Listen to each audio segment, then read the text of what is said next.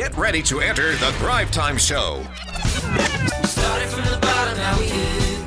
We started from the bottom and we'll show you how to get here. Started from the bottom, now we here. We started from the bottom, now we here.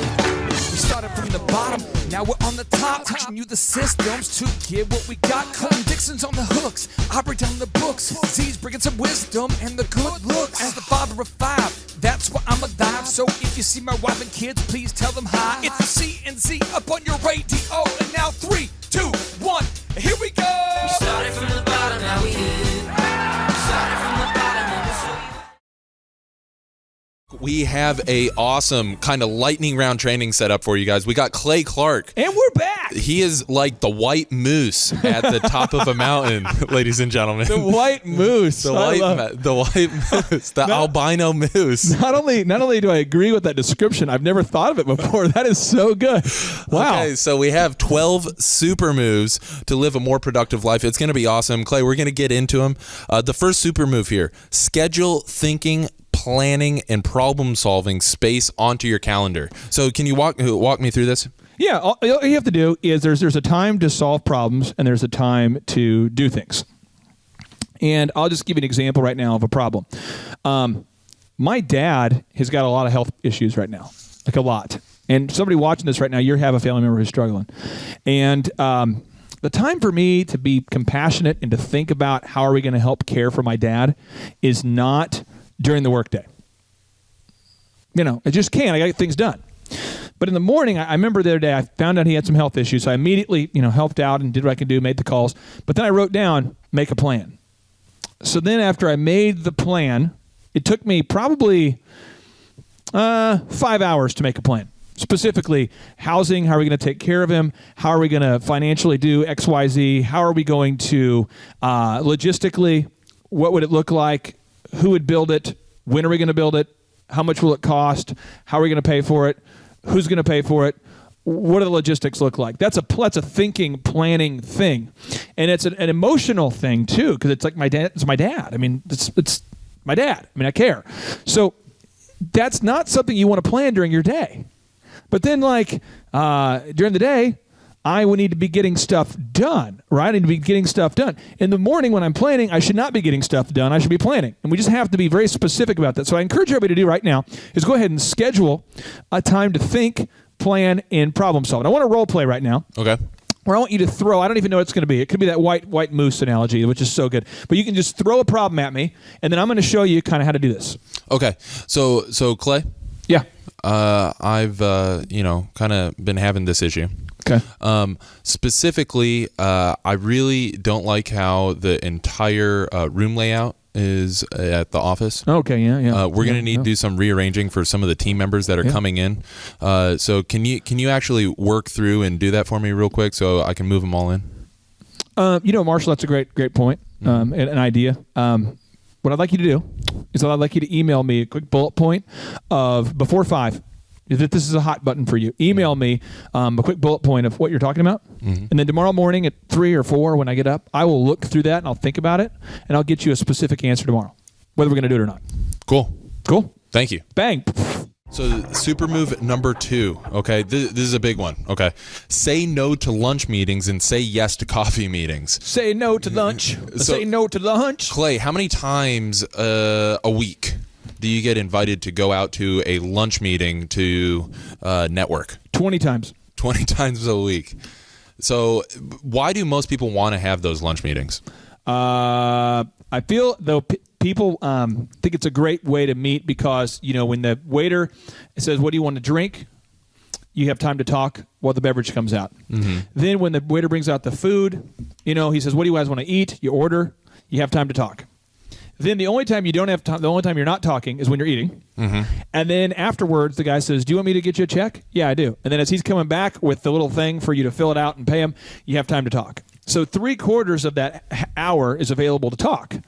And that's a great way for people. It's about an hour long, and you can spend time talking. Sure. But what I would say is you have to drive a half hour there, a half hour back, and then you have to be totally unreachable during that time. So anytime that someone asks me for lunch, I go for a meeting, a standing meeting in my office if at all possible. I hate meeting for lunch. I just hate it. Hate it because it takes vast amounts of time. Now, if it's a strategic relationship, I would usually tend to go for a dinner meeting. If somebody, so we had a guy right now, unbelievable, super talented guy we're going to be interviewing here soon, and he wanted to meet, and so Dr. Zellner and I met him for dinner, and we had all the time in the world. There was no time constraints. We weren't rushing over to the lunch place and rushing back to the office. So you really want to, if somebody asks you, can you meet for lunch, I'd like to kind of role play that so people can see how you handle that tactfully. Sure. So I'm walking into the office. Walking into the office. You're in between client meetings. In between. Okay, and I go, hey, Clay, I have this great idea. I know that you're busy, but can we go get lunch and maybe we can talk about it real quick? Let me do this. My schedule is just packed, but what you're saying is super important for me. Let's look at the calendar real quick here. And I'd actually look at the calendar right there. That's why I have one calendar. I look at it and go, why don't we meet at 1 o'clock? And we'll meet undivided time from 1 to 1:30. Let's just meet, you and me. Boom, we'll knock it out. Cool.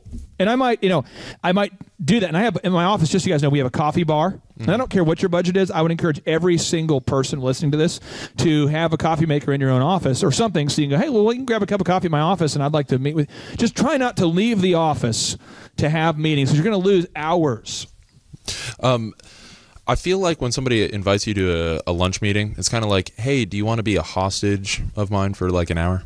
I hate it. I just hate it because I have so much going on, and I'm also probably naturally antisocial, I guess. I don't know. I'm just all about getting stuff done. But I'm just telling you, you will lose vast. There's a lady I worked with on this, and I'm not exaggerating. There's a lady I worked with a couple years ago, and I taught her this system, and she literally told me, she goes, I'm saving. I didn't even realize how many of these networking lunches I was going to.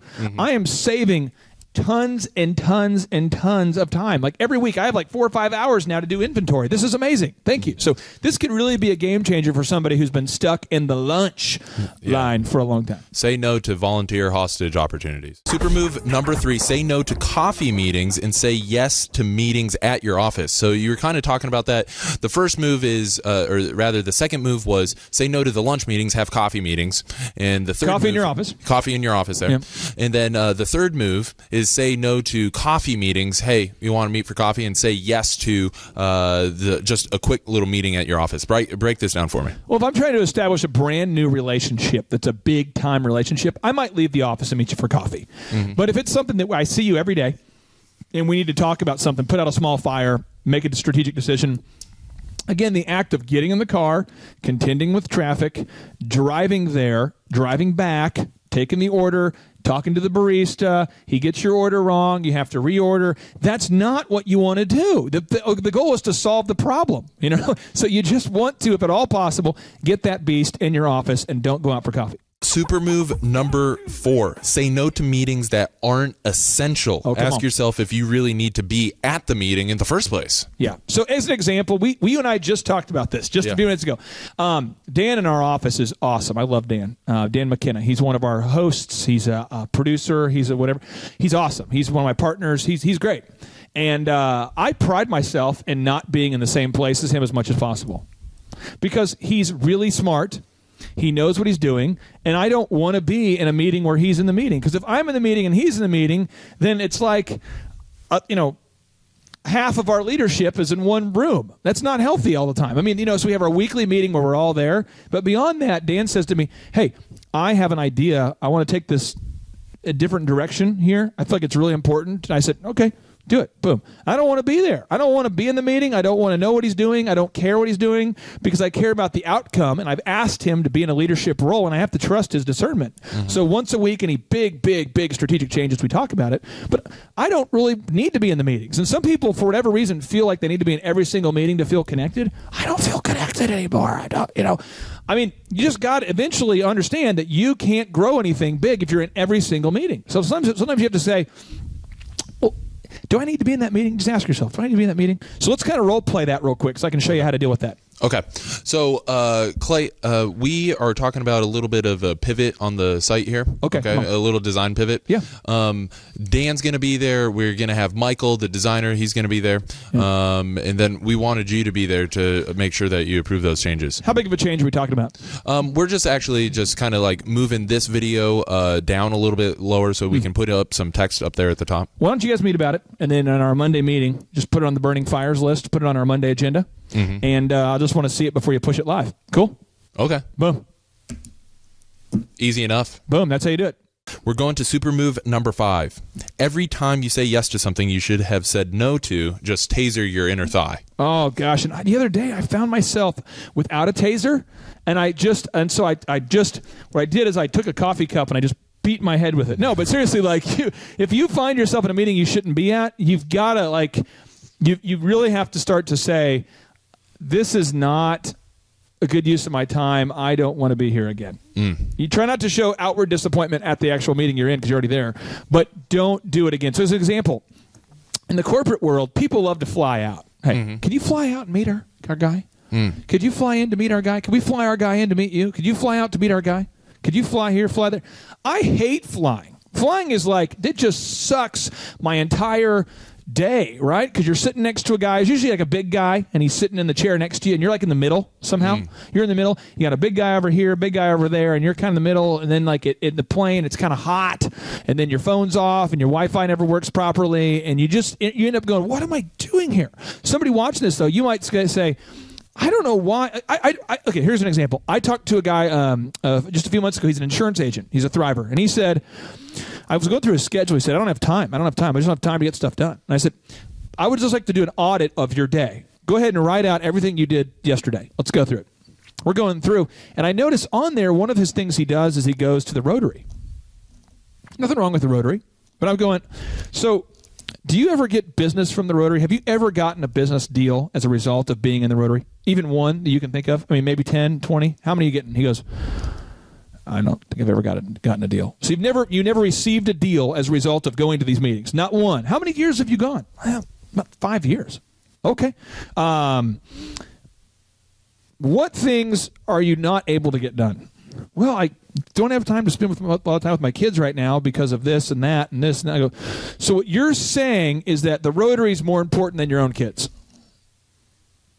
That's a truth cannon. And he's just going, gosh, I should probably stop going to the Rotary. I'm like, exactly. I mean, if you don't have time to do the Rotary and see your kids, then say no to stuff. But don't end up in meetings that you don't need to be at. Just stop doing that. Get a taser.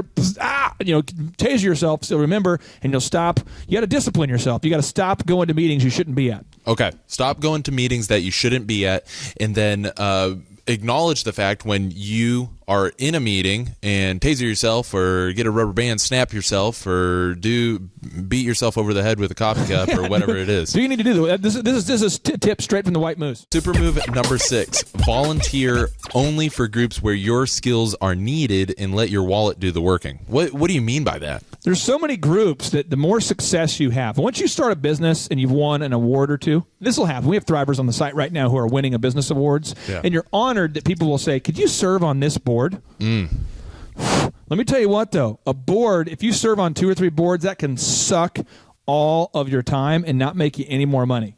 So if your specific skills and talents are needed to be of help, to volunteer, be there. Do it if it's something you're passionate about. But understand what you have to say no to in order to do that. But if it's something you care about and someone says, hey, could you serve on this board, and you care about the cause, but you don't have a lot of time, then just write a check. Because for a lot of people, their time is worth a lot more than the money that they could write the check for. Or I would argue that if let's play this game. Let's play this game. All right, here's cool. a game, Marshall. If you had 6 months to live, okay, what stuff would you stop doing? Everyone should ask themselves that. If you had 6 months to live, what would you stop doing? Now, let's say, maybe a more fun game. If you had 1 year to live, what would you stop doing? That's what game's probably more fun. I mean, 6 months is kind of morbid. A year's, What if you only had 30 years left to live? Bingo, that's where most of us are at. Or we could get hit by a bus. You could be watching this video on your iPad right now while driving and run right into a white moose, and it's over. Game over. right? So the main thing is you have to make sure that you value every second of your day as though it's your last. You got to have that mindset. And so a lot of people, maybe they need to ask themselves, what is my time currently worth? And what do I feel like it should be worth to get to my goals? Yeah, and Marshall, you see it every day. We have people that come and shadow all the time. A guy yesterday, he just couldn't get over this. He's like, why don't you eat lunch? I'm going, there's protein shakes that are available for $3.99 that I can consume that will get me the caloric intake I need to not die and to maintain homeostasis, and it saves me from a meeting. He's like, you never eat lunch? I haven't eaten lunch in probably 20 years. So if your time is worth, let's say the Thrivers out there, 1 hour of your time is $1,000. Yeah.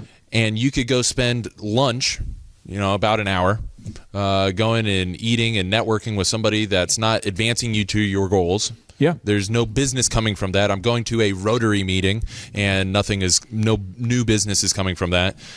That's like writing a check for $1,000. Say, Dude, when I worked at Applebee's, they made you go on a break like every 4 hours. Yeah. It's so weak. But you have to go on a break. Like, time to go on break, labor law, you have to go on a break. So everyone's like, cool, let's go to eat. We only made, after tips, $10 an hour. And so people spent $10 on lunch. Dumb. So I didn't eat lunch. I just got a house salad real fast.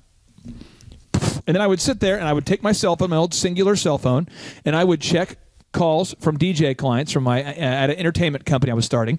I would take those calls and I'd return the calls. And I'd look at my to-do list, return the calls, and then when my break was over, 30 minutes was over, got back on my shift, did my job. You have to take another break at the end or you're done with your shift, and then I would make more calls while I was waiting for my wife to pick me up, and that's how I did it. But I could have wasted. So people say, I don't have time to start a business. You might just have an hour a day, and that's all the time you have. I mean, it's very, very possible to get up to the top of the mountain if you take small steps every day. It's a small little hour pocket, so a little 10-minute pocket, 15-minute pocket of time. But if you're wasting your time, you're not going to ever get ahead. You're never going to do it. So super move number 6. Be strategic for the groups that you're volunteering for. Volunteer only for groups where your essential business skills or your essential skills, your talents are definitely needed. Don't be as extreme as I am, but I literally had the idea cross my mind a few months ago about paying someone to go to the wedding and film it and tell me how it was. And I was like, that's not ethical. I probably shouldn't do that. But I'm a really good time manager. But I'm just telling you, I was literally going, I don't need to be there. I mean, if I'm there, will I even see the couple? Maybe they won't, then I realized, no, I should be there. It's one of those key life events. I should be there. But I'm saying, you got to have that bias for not wasting your time. You have to, the ideas have to start to cross your mind. Like, do I need to be here? Do I need to be there? So I was thinking, will they even see me? And then I was like going, yeah, they will notice my absence if I wasn't there. Okay, I'll go. But you have to have that mindset with meetings and time management. You just can't waste your time. Super move number 7. This is the Michael Vick theme? Yep. So Michael the John Vick Elway theme? Yep. Okay.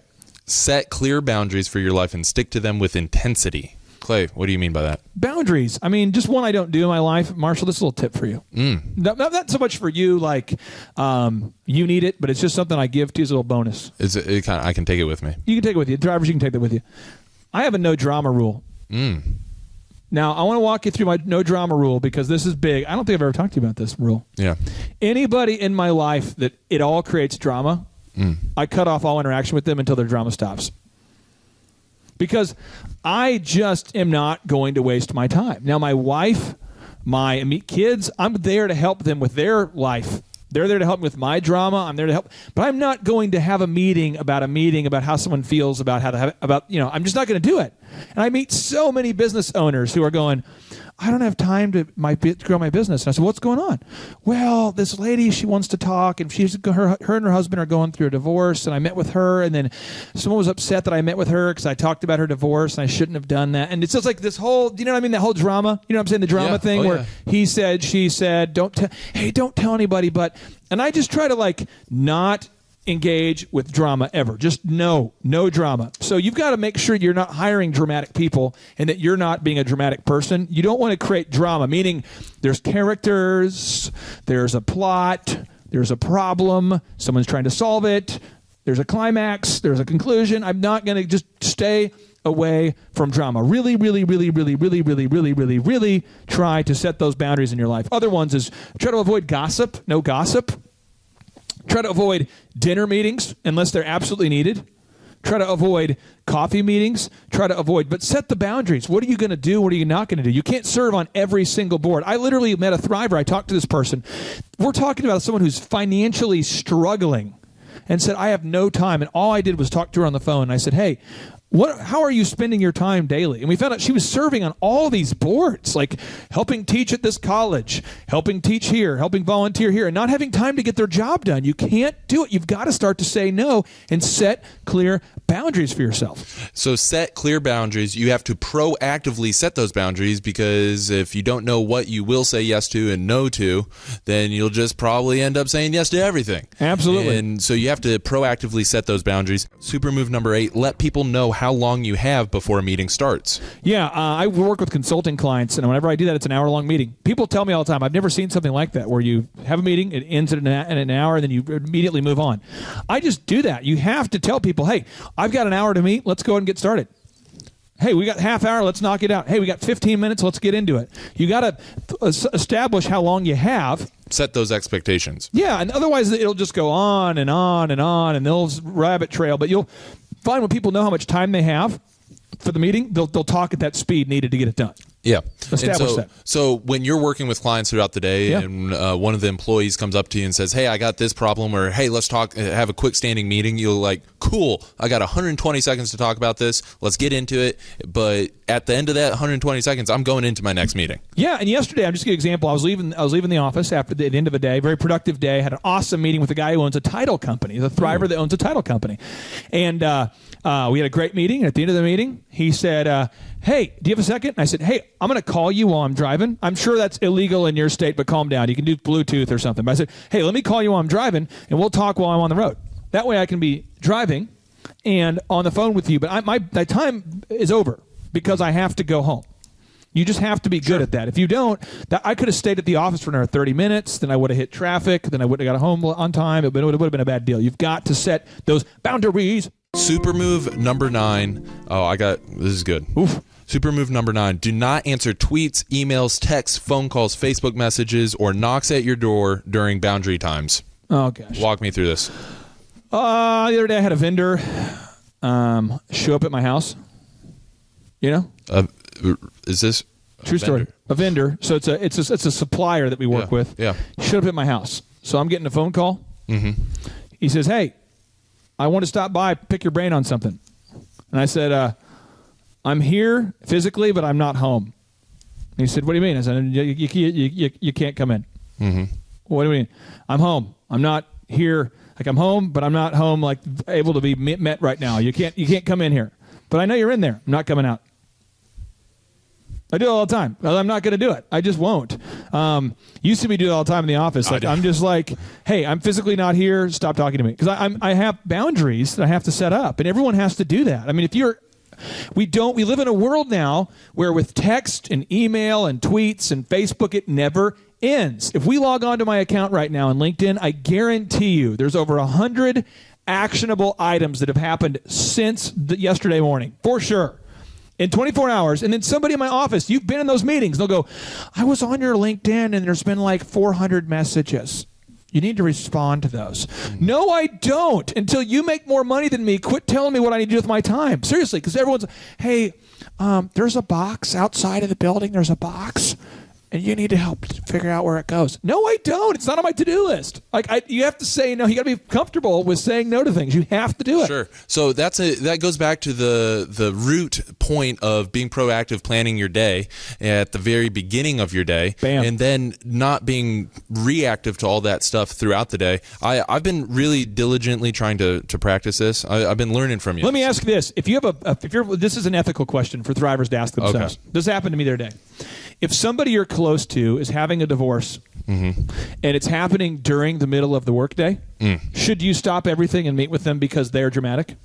Should you? I mean, if somebody who doesn't work in your building, they don't work in your building, okay? They don't work in your building. They might or might not be related to you. They don't work in the building. They do not work in your building. They are not an essential employee. They're just somebody you care about. And they decide to have a divorce in the middle of the day. Do you need to stop your day and talk to them? Mm-hmm. I believe no.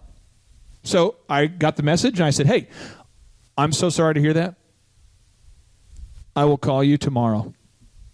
Why? Because I was already booked out. I'm in a meeting. And then I have another meeting, another thing, and I have a fully booked day.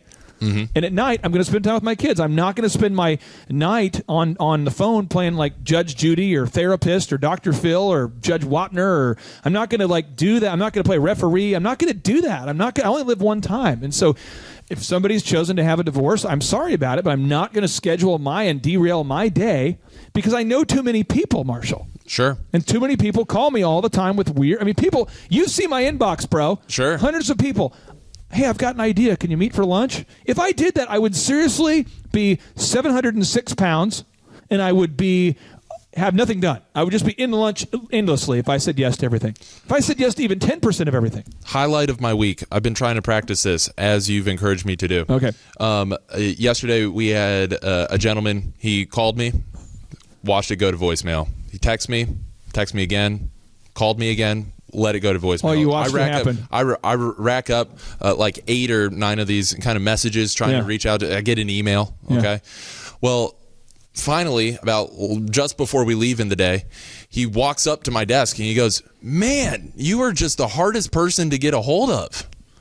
I go, yes. Yeah, that's what you want. That was the biggest highlight. But throughout the day, I had got through like 3 pages of the things that I need to get done. Absolutely. Because I wasn't constantly answering those phone calls. Absolutely. You've got to set those boundaries. I just want to be clear. Every business owner here, if you own a bakery, if you own a photography company, if you own a Jiffy Lube, you have to be accessible to, like, if a customer comes in and goes, hey, I want to get my oil changed. Yeah. You need to be accessible because that's what you do. That's how you make your money. Sure. But that doesn't mean just your company needs to be accessible. Sure. But you have to set boundaries. You have to do it. Super move number 10, rethink whether you need to welcome walk-ups with your business. So this is what we're talking about. Okay. Walk-ups with your business. Do you accept walk-in traffic? Do you need to be accessible? Is that what your business model is? Do we have key fobs on our building? We do have key fobs on our building. What does that mean? That means that no person without a key card can get into our building. And why do I do that? Nobody can just like walk down our strip. We're on the scenic Arkansas River. Can I show you a confession? Okay. The other day, somebody was waving at me, trying to get in the building, and I acted like I couldn't see him. Well. And you know why I did it? Yeah. Because they're not a client. I know who they are, and they're a time suck. But you know what I had? Time. I got my stuff done, and I didn't feel bad. You know why? Because I already know that story. Hey, I want to meet with you guys about consulting, but then when I have the meeting, I'm not going to actually want to do consulting. I just have a bunch of questions, and I'm going to want you to send me a proposal, and I have a little bit of drama, and I just want to talk. Is there any? Do you have a minute? No. Okay. So what would be an example of where you have a business and maybe you should welcome walk-ups? Coffee shop. Okay. Men's grooming. I have a men's grooming business. Hairdresser, Jiffy Lube, professional baseball team. Basically, all of these different. I mean, if you're a professional, if you're like the home of the Dodgers. I mean, on game day, you would hope you'd take people who want to walk up, right? You would. I mean, you're like, nope, only via appointment. But they do that kind of. They shut the gates and they don't let anybody in the game on non-game days. Sure. So any business where your business is driven by foot traffic or people coming into your shop doing business with you, but if you already have scheduled for your day all the things that you need to get done, you got to accept those walk-ups. I'm just being real though. Like in consulting, don't answer your door. Just don't do it. Say no. I don't even want my sign on the door. I hate that people even know where we're office sometimes. I hate it. I hate when people show up. I can't stand hey, do you have a minute? Because I don't have a minute. I have 5 kids and I don't have any minutes. I just want some minutes. Number 11, we're getting into it. Lock the door. Sorry about that whole meltdown I had. Lock the door. Lock the door. Shut the door. Lock the door. Hide your kids. Hide your wife. Lock the door. You got to do it. Just lock the door. Get it done. Lock the door. Okay, lock the door. This is going to keep all of the unwanted foot traffic out. No lie, before we had the key fob system, we had just every day just a group of people, we're just coming in to check out the space. Hey, I'd read online, I'd heard you guys are here, and I just want to come by and see what it was. It's a business that will stop being a business so we don't make a profit. Go away. I mean, if you're not here, if we can't benefit you and you can't benefit us, we're not like a tourist destination, Sure. So I'm just being real. Some people say, well, I thought you want to have an open door policy. Yes. Block time in your schedule, and when you want to be accessible. But be intentional. Don't just let people, put their life on you, their drama on you, their issues on you. Don't let people choose their time management, what they want for you. Don't do it. Super move number 12, rotate emergency hours. What do you mean by this? Well, you're always going to have, to quote my man Wycliffe, someone please call 911, there's always an emergency. Right? There's always an emergency. Sure. And every business is going to have one. So you got to have an emergency phone, and you say, hey, on Saturday, if there's any emergencies, Carl, you get that call, and I'll pay extra for it. Mm-hmm. Sunday, Trevor, you get that. Or, hey, this week, Carl, you've got it. Next week, Trevor, you've got it. Or this week, I've got it. Next week, you've got it. But you have to rotate. Don't have it where one person is always on call. Yeah. Because they're going to probably end up looking like Smeagol at the end of a year. Look at me. I just haven't slept in 17 years. No big deal, though. I'll be available for the emergency. I think Smeagol's more of like I'll be on emergency. I'll be available for the emergency call every night. Don't worry. And you're like, dude, you look kind of gross. You're looking like Smeagol. No, I'll be at my precious emergency phone call. It's just, don't do that. You're going to kill someone if you make one person always the emergency person. So I'm going to run through all of these 12 super moves. These are the 12 super moves to live a more productive life. Okay. Who's the guitarist for the Rolling Stones? Keith Richards? Keith Richards. He's the one on the emergency call for the Rolling Stones. That's why he looks like that. He's been on emergency. He's been the emergency. He's been on the emergency call guy for emergency hours for 75 years. That's how you start to look if you take too many emergency calls. That leather face. I mean, you start chain smoking. That's what happens when you're on call for 72 years in a row. That's what Keith Richards and Smeagol. That's what you look like. Well, 12 super moves. Okay. that was super move number 12. We're recapping all the super moves here. Super move number 1, schedule thinking, planning, and problem-solving space onto your calendar. Yep. Super move number 2, say no to lunch meetings and say yes to coffee meetings. Super move number 3, say no to coffee meetings and say yes to meeting at your office. And super move number 4, say no to meetings that aren't essential. Ask yourself if you really need to be at the meeting. Blows my mind. Super move number 5, every time you say yes to something you should have said no to, just taser your inner thigh. Okay. Sorry. Super move number 6, volunteer only for groups where your skills are needed and let your wallet do the working instead. Okay. Super move number 7, set clear boundaries for your life and stick to them with intensity. Super move number 8, let people know how long you have before the next meeting starts. Yep. Super move number 9, do not answer tweets, emails, texts, phone calls, Facebook messages, or knocks at your door during boundary times. I'm just saying, if you're trying to have an intimate time of we'll just call it relations. You're having some intimate relations with your significant other. You know what I mean? In the context of marriage. You know what I'm saying? You're having relations. You don't want to be checking your email right then. You're like, hey, wait a minute. Hey, can you kind of move a little bit? Trying to see Don't let that visual happen for you right now. But I'm just saying, if you're having some biblical relations, don't be checking your email. Dating tips. Not dating, marriage tips, you sick freak. Unbelievable. This guy has no boundaries. Super move number 10, rethink whether you need to welcome walk-ups with your business. Okay. Super move number 11, lock the door. Super move number 12, rotate emergency hours.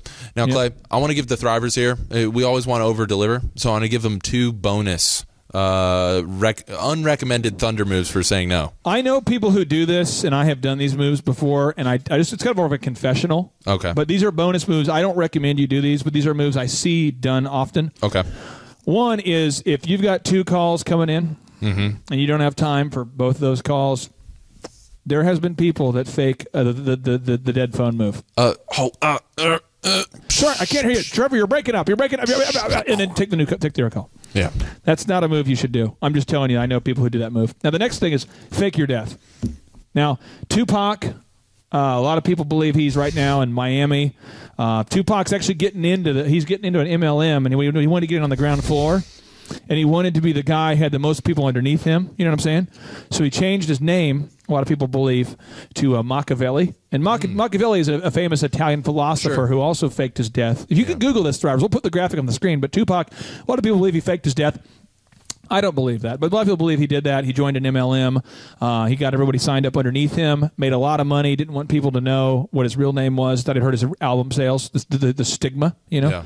But that's kind of a move. You can always fake your death, but, you know, you might feel guilty, and then you'll eventually get caught when people see you at Walmart. So, Thrivers, thank you so much for joining us. The 12 super moves to live a more productive life. The number of new customers that we've had is up 411% over last year. We are Jared and Jennifer Johnson. We own Platinum Pest and Lawn and are located in Owasso, Oklahoma. And we have been working with Thrive for business coaching for almost a year now. Yeah. So what we want to do is we want to share some wins with you guys that we've had by working with Thrive. First of all, we're on the top page of Google now. Okay. I just want to let you know what type of accomplishment this is. Our competition, Orkin, Terminex, they're both $1.3 billion companies. They both have 2,000 to 3,000 pages of content attached to their website. So to basically go from virtually non-existent on Google to up on the top page is really saying something. But that's come by being diligent to the systems that Thrive has, by being consistent and diligent on doing podcasts and staying on top of those podcasts to really help with getting up on with their listing and ranking there with Google. And also, we've been trying to get Google reviews, you know, asking our customers for reviews. And now we're the highest rated and most reviewed pest and lawn company in the Tulsa area. And that's really helped with our conversion rate. And the number of new customers that we've had is up 411% over last year. Wait, say that again. How much are we up? 411%. Okay, so 411% we're up with our new customers. Amazing. Right. So not only do we have more customers calling in, we're able to close those deals at a much higher rate than we were before. Right now, our closing rate is about 85%, and that's largely due to, first of all, like our Google reviews that we've gotten people really see that our customers are happy, but also we have a script that we follow. And so when customers call in, they get all the information that they need. That script has been refined time and time again. It wasn't a one and done deal. It was a system that we followed with Thrive in the refining process, and that has obviously the 411% shows that system works. Yeah. So here's a big one for you. So last week alone, our booking percentage was 91%. We actually booked more deals, more new customers last year than we did the first 5 months. Or I'm sorry, we booked more deals last week than we did the first 5 months of last year from before we worked with Thrive.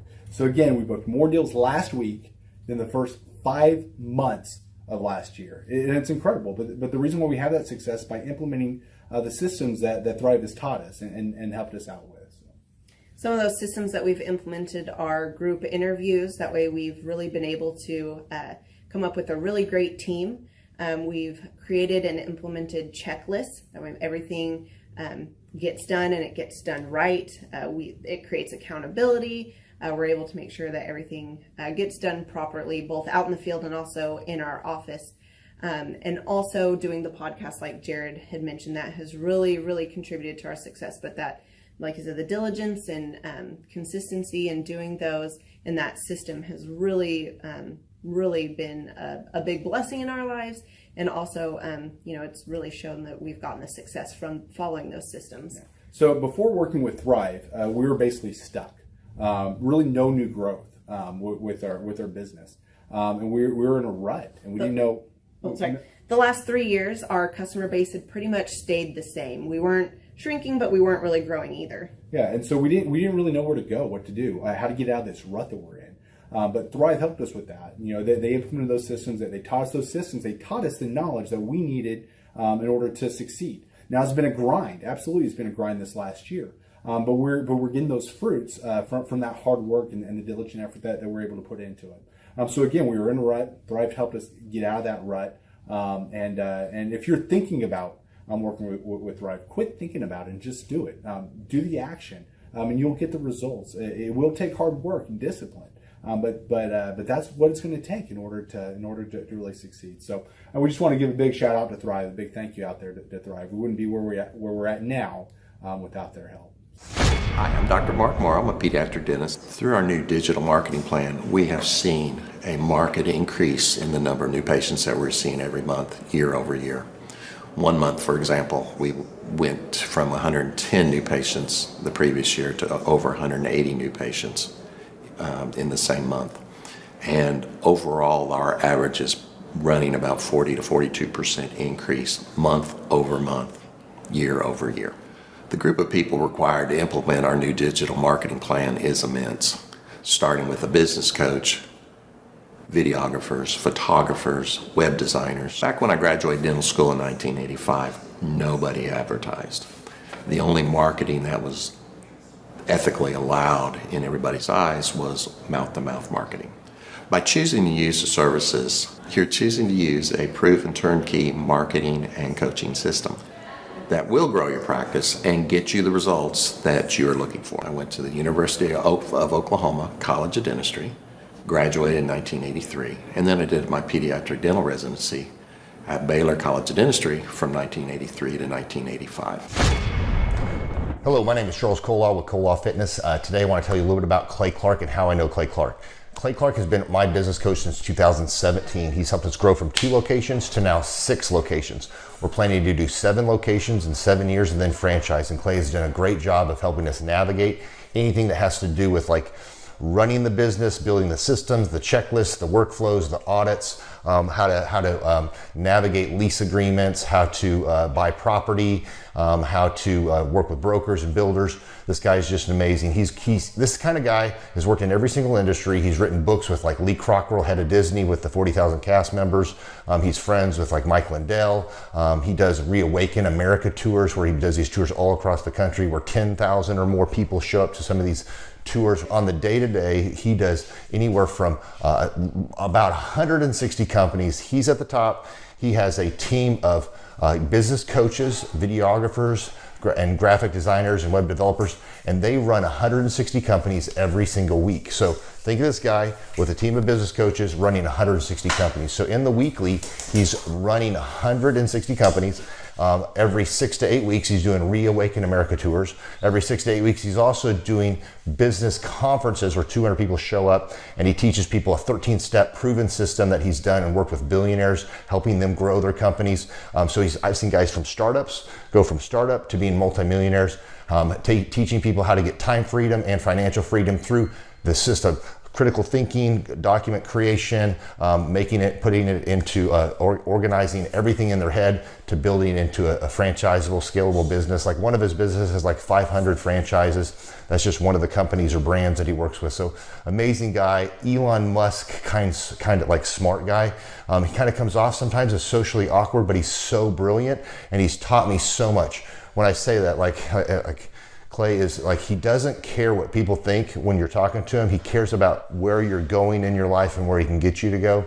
And that's what I like most about him. He's like a good coach. A coach isn't just making you feel good all the time. A coach is actually helping you get to the best you. And Clay has been an amazing business coach. Through the course of that, we became friends. I was really most impressed with him is when I was shadowing him one time.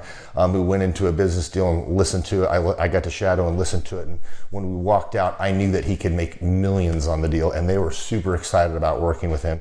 And he told me, he's like, I'm not going to touch it. I'm going to turn it down because he knew it was going to harm the common good of people in the long run.